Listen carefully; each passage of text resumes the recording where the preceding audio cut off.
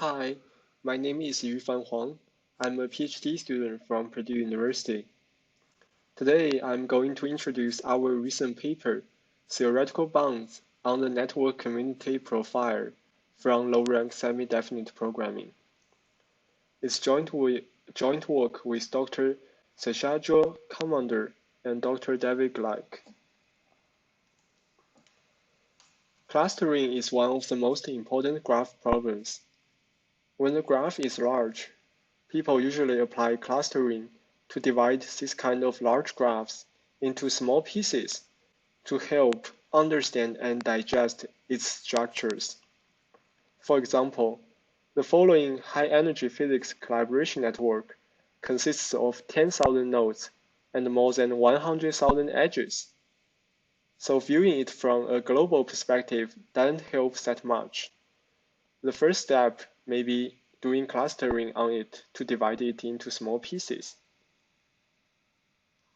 When deciding whether a set of nodes is a good cluster or not, we need a metric.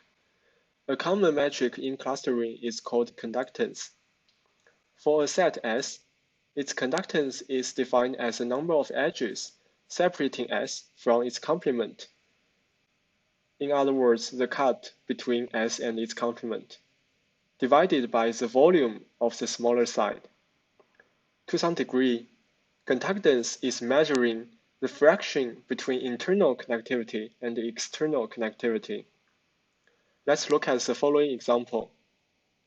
The vertex set in the red circle forms a good cluster as it is internally well connected. It's almost a clique and has only 3 connections to the rest of the graph. By definition, conductance favors large set S.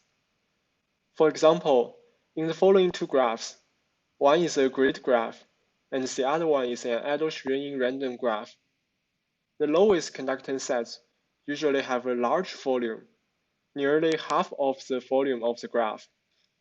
However, a long-standing problem is that in many real-world graphs, it's hard to find large set S with low conductance.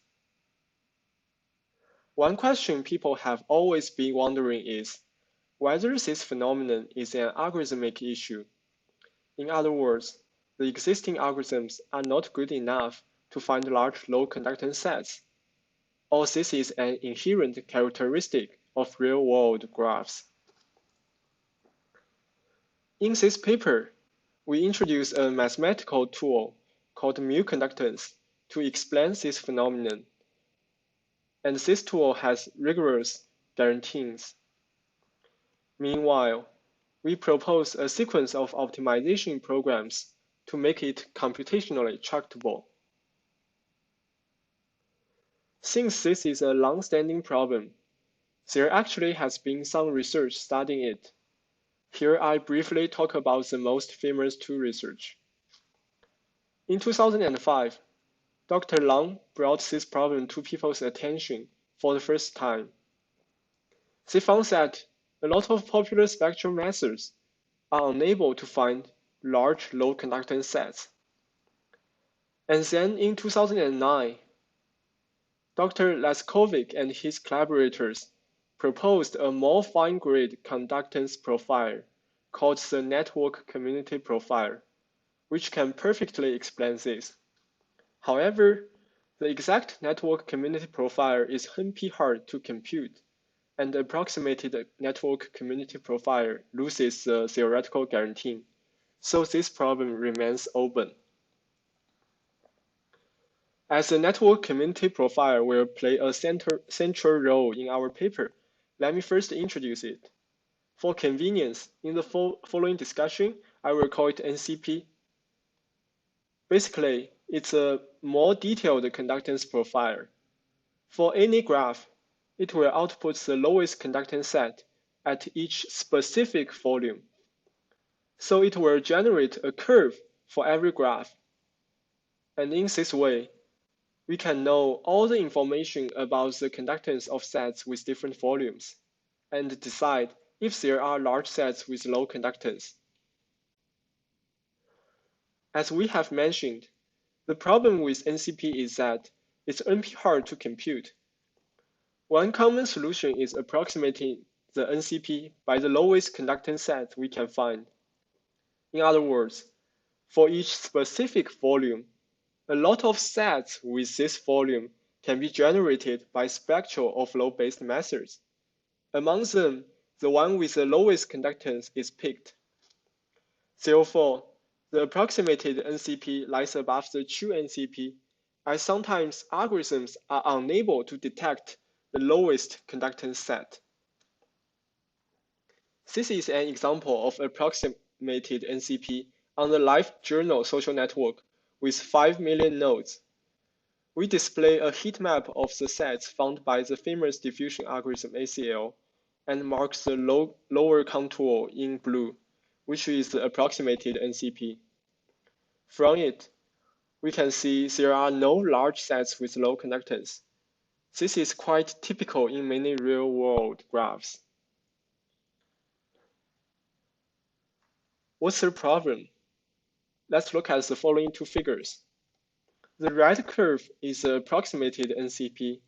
The black curve is the potential true NCP.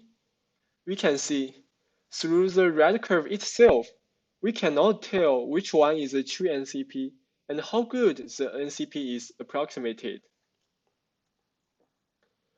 The solution is kind of simple. The idea is like the famous sandwich theorem.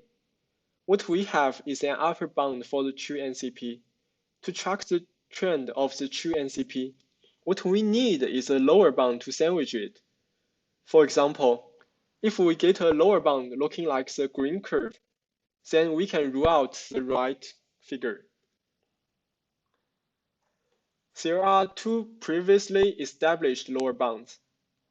One is the famous spectral cut, which has a trigger inequality with conductance. And the other one is the minimum bisection SDP, which relaxes the famous minimum bisection problem to an SDP. The limitation of spectral cut is that this lower bound doesn't vary with volume, and the minimum bisection SDP only provides a lower bound at half of the graph volume. Here is an example. The green line is the lower bound provided by spectral cut, and the purple dot is the lower bound provided by minimum bisection SDP. We can see the green line stays flat, as it doesn't vary with volume, and the purple dot also provides limited information.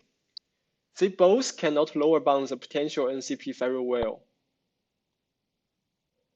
Our solution is to use mu conductance, which was originally proposed by Lovász and by Simonovits for sampling convex bodies. Here we adopt a slightly modified definition, but their spirits are the same. Mu conductance is the lowest conductance in a graph when ignoring those sets with volume less than mu times graph volume. In other words, we only consider those sets with volume not too small. The only modification in the former definition is the bound on the volume of S. The challenge of mu conductance is still that it's NP hard to compute. Before introducing how to track mu conductance, let's first look at an example. For a specific mu, the corresponding mu conductance is the minimum of all sets with volume not less than mu times volume G. So it's actually a suffix minimum of NCP. Now it comes to how to track mu conductance. Firstly, we can rewrite the combinatorics problem as an integer program.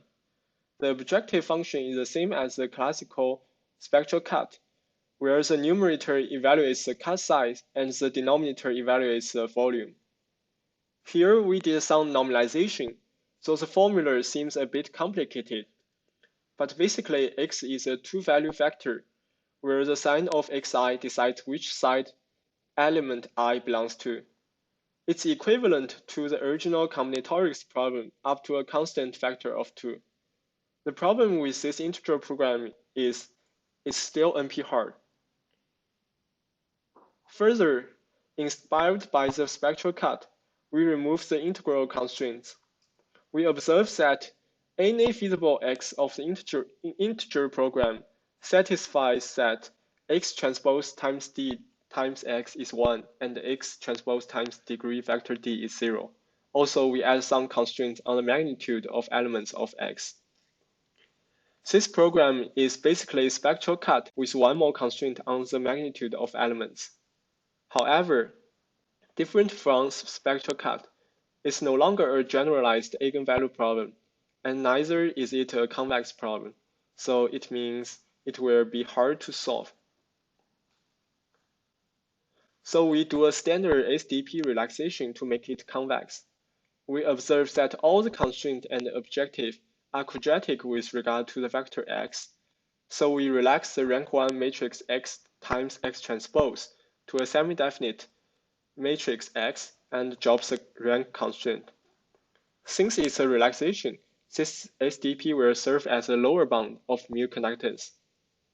But the drawback of SDP is that it requires too many variables. Order of n square variables means it is not very scalable. One famous technique for large-scale SDP is Burrow-Monteiro technique. So we factorize positive semi-definite variable x into y times y transpose, where y is a low-rank matrix of shape n times r. This drops the number of variables from n squared to n times r. This factorization can also help us remove the positive semi-definite constraint. However, this will make the problem non-convex, and in practice, we need to set r really small, which will disable some optimality guarantees of Burrow-Monteiro method. We made one important observation that we can still lower bound the mu conductance by a posterior bound. What we need to do is to subtract the objective of low-rank SDP by a quantity determined by the y star we get. This forms our main theorem. And we also notice, actually the two previous lower bounds are special cases of our mu conductance lower bound at mu equals 0.5, which means our lower bound is much more general. We compute our lower bound by low-rank SDP on 6 different real-world graphs. They all show good experiment results.